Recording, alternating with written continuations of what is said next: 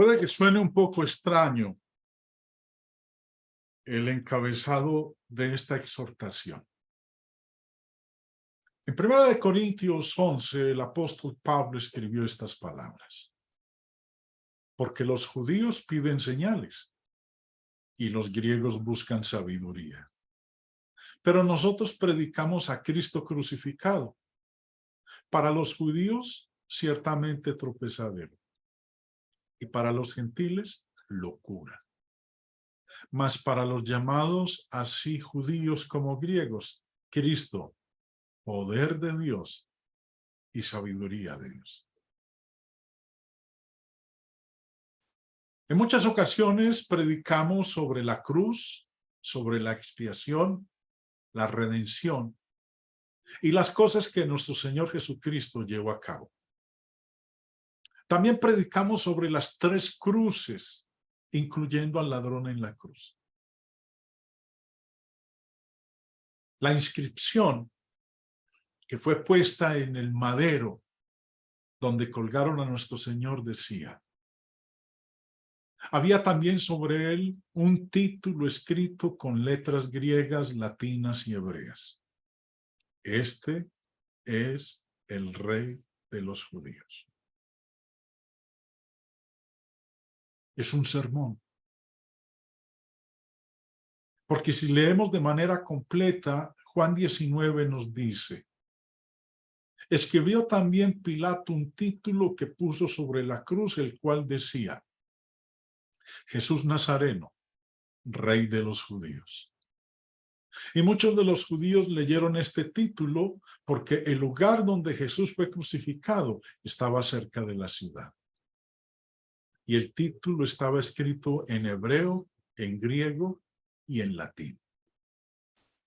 Dijeron a Pilato los principales sacerdotes de los judíos, no escribas Rey de los judíos, sino que él dijo, soy Rey de los judíos. Respondió Pilato, lo que he escrito, he escrito. En la exhortación de hoy, hermanos, quiero que consideremos a las personas que estuvieron junto a la cruz de nuestro Señor. Y quiero que empecemos primero con los que lo crucificaron. Los conspiradores. Aquellos que trabajaron para que el Señor fuera llevado a la cruz. Los miembros del Sanedrín. Los principales sacerdotes. Los líderes religiosos de esos días. Dice Mateo 26:59. Y los principales sacerdotes y los ancianos y todo el concilio buscaban falso testimonio contra Jesús para entregarle a la muerte. Venida la mañana, todos los principales sacerdotes y los ancianos del pueblo entraron en consejo contra Jesús para entregarle a muerte. Aquellos que eran los encargados de dirigir, de instruir al pueblo en la guarda de los mandamientos, fueron los que encabezaron y dirigieron el asesinato de nuestro Señor. Así que no nos maravillemos cuán malvadamente pueden actuar los líderes religiosos en oposición a nuestro Señor. Los conspiradores. 2, los testigos falsos. No podían encontrar a alguien que sirviera como testigo falso para acusar al Señor. Pero finalmente aparecieron 2 y dijeron algo que pudo ser usado en su contra. Mateo 26 nos dice, y los principales sacerdotes y los ancianos y todo el concilio buscaban falso testimonio contra Jesús para entregarle a muerte. Y no lo hallaron. Aunque muchos testigos falsos se presentaban. Pero al fin, vinieron dos testigos falsos que dijeron, este dijo, puedo derribar el templo de Dios y en 3 días reedificarlo. Y levantándose el sumo sacerdote le dijo, ¿no respondes nada? ¿Qué testifican estos contra ti? Nuevamente, no tuvieron ningún problema estos principales sacerdotes, los ancianos y todo el concilio no tuvieron ningún problema en desobedecer abiertamente el mandamiento de no dirás falso testimonio contra tu hermano. Para aquellos que obran así, el destino de ellos, Dios lo tiene expresado de una manera clara. Dice en Proverbios 19:5, el testigo falso no quedará sin castigo, y el que habla mentiras no escapará. Y si no se arrepiente de su falso testimonio, el destino que le espera es el que nos dice Apocalipsis 21. Pero los cobardes e incrédulos, los abominables y homicidas, los fornicarios y hechiceros, los idólatras y todos los mentirosos tendrán su parte en el lago que arde con fuego y azufre, que es la muerte segunda. No podemos dejar por fuera entre los que lo crucificaron y que se pusieron junto a la cruz de nuestro Señor al traidor. Judas Iscariote, quien demostró su deslealtad por el precio de un esclavo. Mateo 26 nos dice, entonces uno de los 12, que se llamaba Judas Iscariote, fue a los principales sacerdotes y les dijo, ¿qué me queréis dar y yo os lo entregaré? Y ellos le asignaron 30 piezas de plata. Y desde entonces buscaba oportunidad para entregarle. El amor al dinero, la ambición, la codicia, la avaricia, es la raíz de todos los males. Primera de Timoteo 6, Pablo nos dice, porque los que quieren enriquecerse caen en tentación y lazo y en muchas codicias necias y dañosas que hunden a los hombres en destrucción y perdición. Porque raíz de todos los males es el amor al dinero, el cual codiciando algunos se extraviaron de la fe y fueron traspasados de muchos dolores.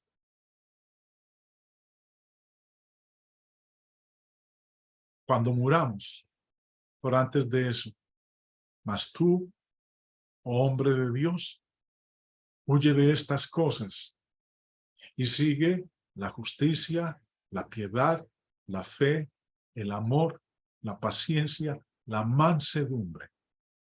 Pelea la buena batalla de la fe, echando mano de la vida eterna, a la cual asimismo fuiste llamado, habiendo hecho la buena profesión delante de muchos testigos. ¿Cuántos seres humanos, incluidos muchos de nosotros, nos lamentaremos en ese último día de haber amado más el dinero que a Dios? Cuando hayamos perdido nuestra alma, eternamente lamentaremos profundamente el haber dedicado nuestra existencia al dinero, al amor al dinero. Como dijo el Señor al rico necio, necio, esta noche vienen a pedirte tu alma y lo que has provisto, ¿de quién será? Después de considerar el caso de Judas el traidor, tenemos también al cobarde moral, Pilato. Pilato sabía que Jesús era inocente.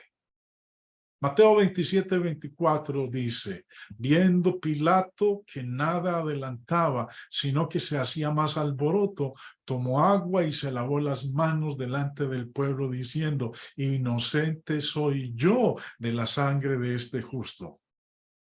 Allá vosotros. Pilato sabía que Jesús no había hecho nada digno de muerte. Recordemos que aún hasta su esposa le advirtió, pero aún así, siendo un político, la conveniencia política era su elección. Siendo un cobarde, su destino está sellado.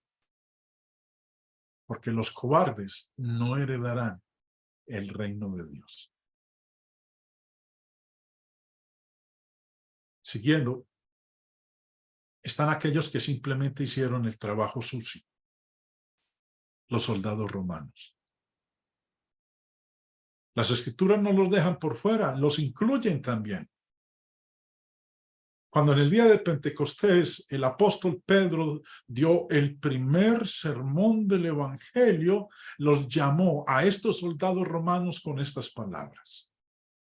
A este, entregado por el determinado consejo y anticipado conocimiento de Dios, prendisteis y matasteis por manos de inicuos, crucificándole. Los inicuos, las manos de los inicuos eran los soldados romanos. Eran hombres impíos. No creían en Dios, ni en el Mesías de los judíos. De manera que se burlaron de él. Dice Lucas 23:36, los soldados también se burlaban de él, y acercándose y ofreciéndole vinagre. Cuando el Señor dijo, tengo sed, en lugar de proveerle agua, le dieron una esponja empapada en vinagre. Tejieron la corona de espinas. Le pusieron el manto púrpura y lo abofeteaban. Y los soldados entretejieron una corona de espinas y la pusieron sobre su cabeza y le vistieron con un manto de púrpura. Finalmente, pensaron más en sus vestidos que en el mismo Señor Jesús. Y le decían, salve Rey de los judíos, y le daban de bofetadas. Juan 19 dice también lo que hicieron los soldados, algo más. Cuando los soldados hubieron crucificado a Jesús, tomaron sus vestidos e hicieron 4 partes, una para cada soldado. Tomaron también su túnica, la cual era sin costura, de un solo tejido, de arriba abajo. Entonces dijeron entre sí, no la partamos, sino echemos suerte sobre ella, a ver de quién será. Esto fue para que se cumpliese la escritura que dice, repartieron entre sí mis vestidos y sobre mi ropa echaron suertes. Y así lo hicieron los soldados. Siguiendo, nos habla de aquellos que junto a la cruz lo lloraron. Primero, las mujeres. Dice Lucas 23:26, y le seguía gran multitud del pueblo y de mujeres que lloraban y hacían lamentación. Estas eran aquellas que, como nos narran los evangelios, fueron fieles colaboradoras de nuestro Señor. Estas mujeres se movieron en la sombra para expresar su amor por él. Y el mensaje que el Señor les dio a estas mujeres que lloraban junto a la cruz fueron las siguientes palabras. Pero Jesús, vuelto hacia ellas, les dijo, hijas de Jerusalén, no lloréis por mí, sino llorad por vosotras mismas y por vuestros hijos. Porque he aquí vendrán días en que dirán: bienaventuradas las estériles y los vientres que no concibieron y los pechos que no criaron. Entonces comenzarán a decir a los montes: caed sobre nosotros, y a los collados cubridnos. Porque si en el árbol verde hacen estas cosas, en el seco, ¿qué no se hará?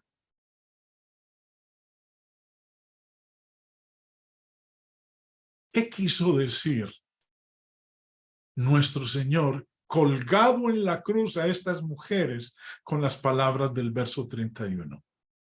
Si en el árbol verde hacen estas cosas, en el seco, ¿qué no se hará? Esta es una declaración proverbial. El árbol verde representa al Señor Jesús y el árbol seco representa a la nación judía. Cuando uno lee el contexto de Lucas capítulo 23, el Señor está hablando de la destrucción de Jerusalén, lo cual sucedió 40 años después.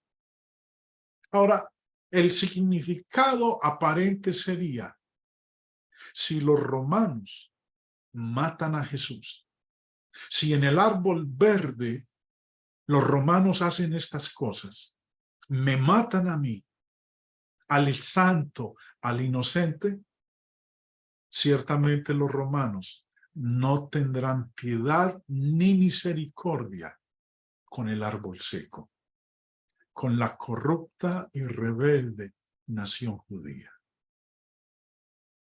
Jesús era un árbol suculento, jugoso, con hermoso follaje y con fruto abundante y excelente. Tal árbol debería ser preservado.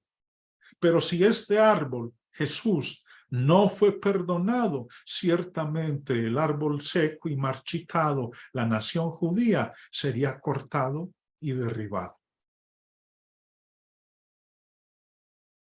La historia cuenta de los horrores y tragedia que experimentó el árbol seco cuando las legiones romanas sitiaron Jerusalén y la destruyeron. Siguiendo, junto a la cruz, se nos habla del que lloró por sí mismo, Pedro. Aunque Pedro negó que esto sucedería, el Señor le dijo que Pedro le negaría 3 veces. Marcos capítulo 14 nos informa. Entonces Pedro le dijo: aunque todos se escandalicen, yo no. Y le dijo Jesús: de cierto te digo que tú, hoy, esta noche, antes que el gallo haya cantado 2 veces, me negarás 3 veces. Mas él con mayor insistencia decía: si me fuere necesario morir contigo, no te negaré. También todos decían lo mismo. No fue solamente Pedro, el resto de los apóstoles dijeron lo mismo que Pedro: si me fuere necesario morir contigo, no te negaré. A veces miramos solamente a Pedro como el proclamador de esa confesión, pero aquí Marcos declara que fueron todos sus apóstoles. Ahora, en Lucas 22 sucedió lo siguiente.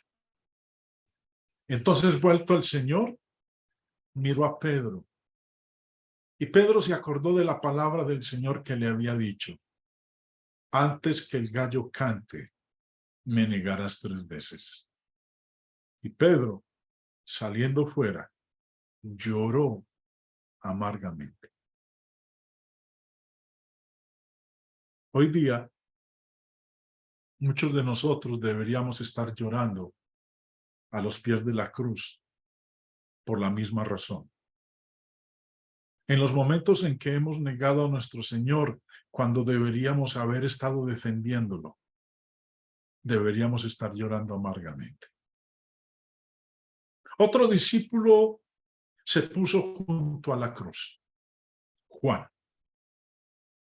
Jesús, hablando a su madre, llamó a Juan.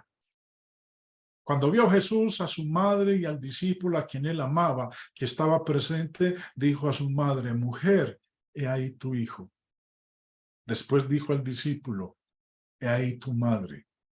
Y desde aquella hora el discípulo la recibió en su casa.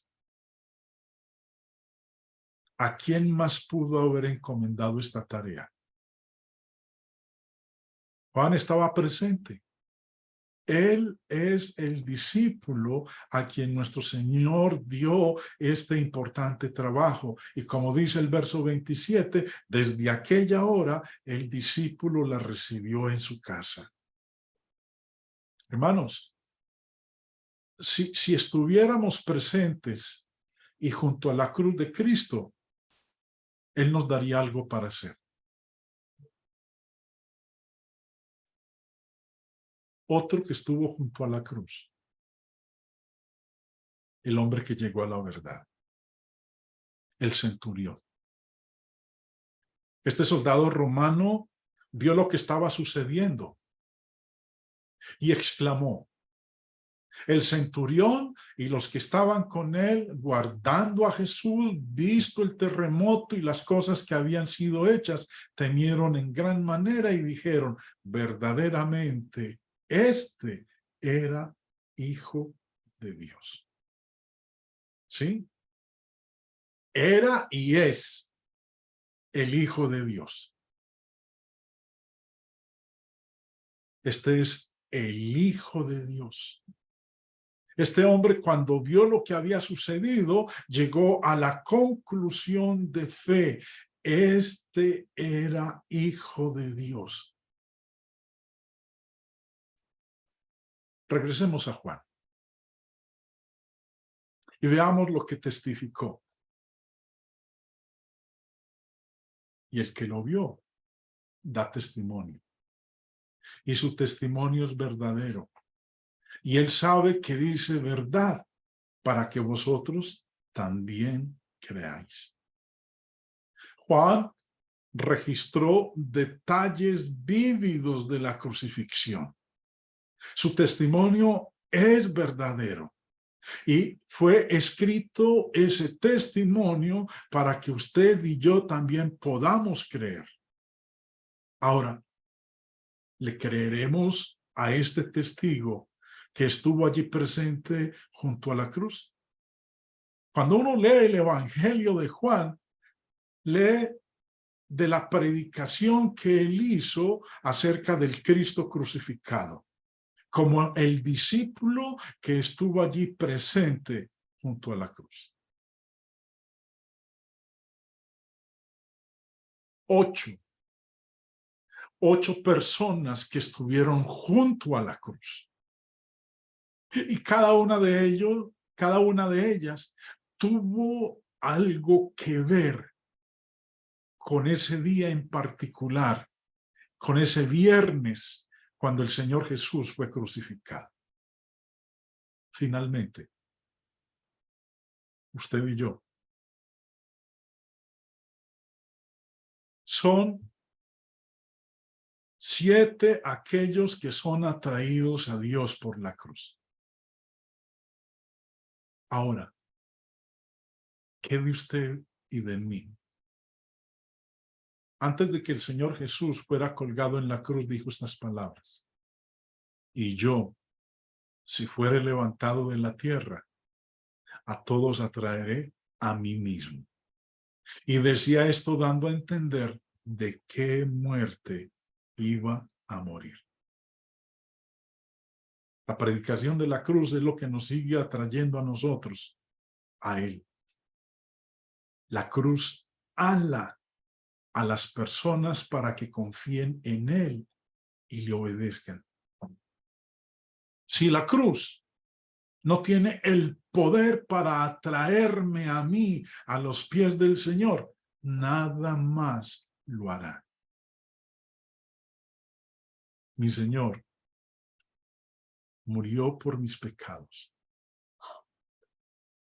Primera de Corintios 1 dice, porque los judíos piden señales y los griegos buscan sabiduría, pero nosotros predicamos a Cristo crucificado, para los judíos ciertamente tropezadero y para los gentiles locura, mas para los llamados así judíos como griegos, Cristo, poder de Dios y sabiduría de Dios. Jesús fue a la cruz con el propósito de presentarse como la ofrenda perfecta para que nuestras transgresiones, nuestros pecados fueran perdonados. ¿Nos permitiremos nosotros el ser atraídos por la cruz del Señor? Cada uno de los que leímos nosotros hace un momento en esta exhortación estuvieron junto a la cruz. Unos la rechazaron, otros la abrazaron. Mi elección es mi elección.